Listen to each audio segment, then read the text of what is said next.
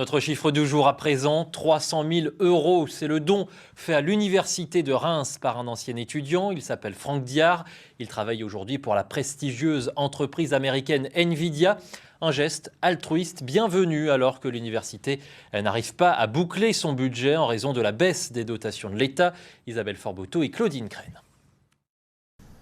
C'est une première dans l'histoire de la fondation de l'Université de Reims. Un don de 300 000 € vient d'être acté entre Franck Diard, ancien étudiant de l'IUT, et voilà. Et à nouveau. et Christophe Clément, président de l'URCA. J'ai souhaité témoigner de mon attachement à ce que j'avais appris ici, démontrer à mes anciens enseignants qui avaient eu raison d'investir dans des stages et toutes ces choses-là que j'ai appris. Donc je pense qu'ils sont fiers de moi. Licence, maîtrise, Franck Diard a décroché ainsi ses premiers diplômes universitaires avant de les compléter par un DEA puis une thèse en informatique parallèle à l'Université de Nice.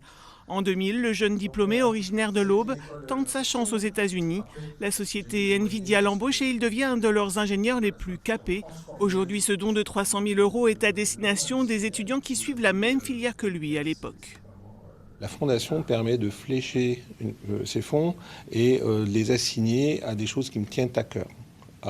Donc on a dégagé effectivement des centres d'intérêt liés à l'image, à la visualisation graphique. Au-delà de la somme importante, ce don est un véritable moteur pour la filière. C'est une reconnaissance de la qualité de la formation à l'université depuis des années et des années. C'est une reconnaissance de l'attachement qu'ont nos anciens étudiants à l'université de Reims. Et puis c'est aussi la promesse d'un avenir pour les étudiants au moins de ce secteur-là. Dans les années 90, Franck Diard fabriquait des pixels dans le laboratoire de l'IUT. L'intelligence artificielle est aujourd'hui l'avenir pour les étudiants rémois. Prends tes affaires,